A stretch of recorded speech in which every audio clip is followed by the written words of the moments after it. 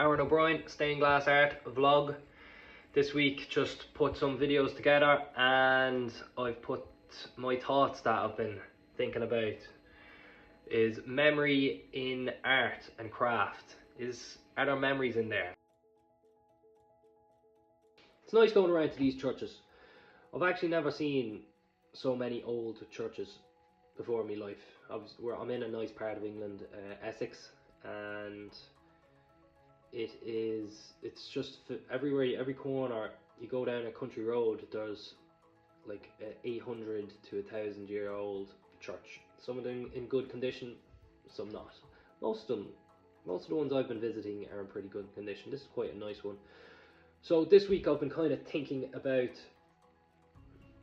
memory in stained glass, just not memory in just stained glass, but memory in art and craft itself, because we've been doing a lot of conservation work.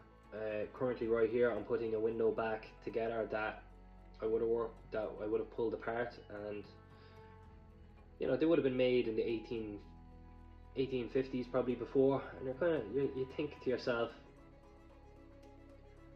like, is the person who made it, can they see me? Not really that can they see me, but is there like a memory in the work that they've done, and these would have went through a few hands. They would have been put together, they would have been originally made, fitted, and then would have been taken out and restored maybe once or twice, and maybe this could be the third time that's being done.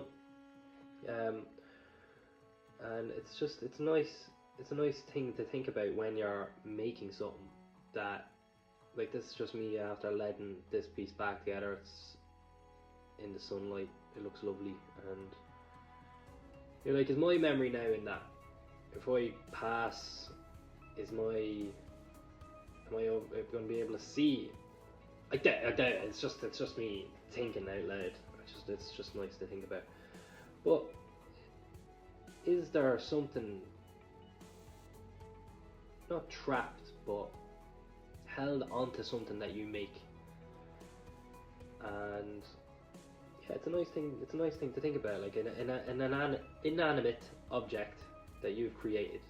So you always hear on like antique shows, it's like, oh, this was made in the 1600s. And it's like, it was made by someone in the 1600s, someone who was at the top of their craft, more than likely, and they went and put a lot of time and effort into that, and you do wonder, are they able to see it like this? It's something I've been thinking about. I like the idea of it. I was talking about with one of the girls in work, and yeah, it's a cool thing to think about. And then, like, you think about, like, inanimate objects. You look at a church there, and you're like, Jesus, if these walls could talk, it's been up 1,000 years. What has it seen? Like, this is just the outside of the church here. Never mind just churches. Like, what about even churches' walls?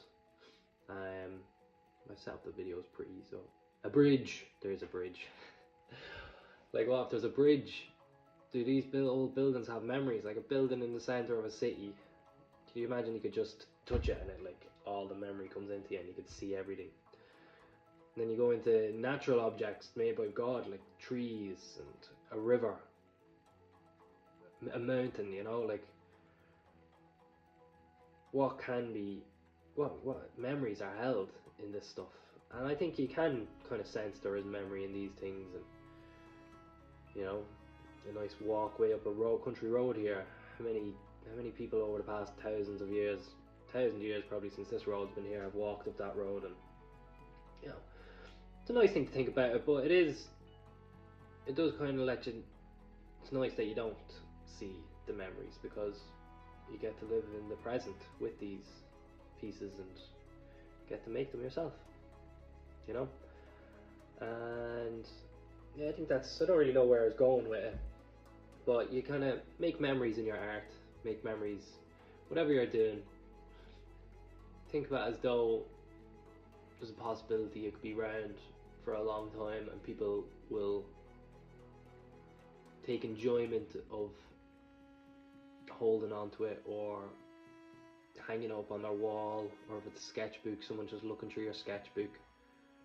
Yeah, take a, not pride, but yeah, pride in the fact that someone will look at it in some time in the future and enjoy it just for a split moment. Yeah, that's why I kind of have a bit of a problem with all the digital stuff. But because it's kind of just it's real, but it's not real. At least when there's something physical, you can hang it up on your wall. Sketchbook you can go through. And also, yeah, I think I'll just leave it there. That's why I love stained glass so much, because there's a possibility that something I've made is going to be around in 1,000 years, and I like that. So yeah, this is another vlog of mine.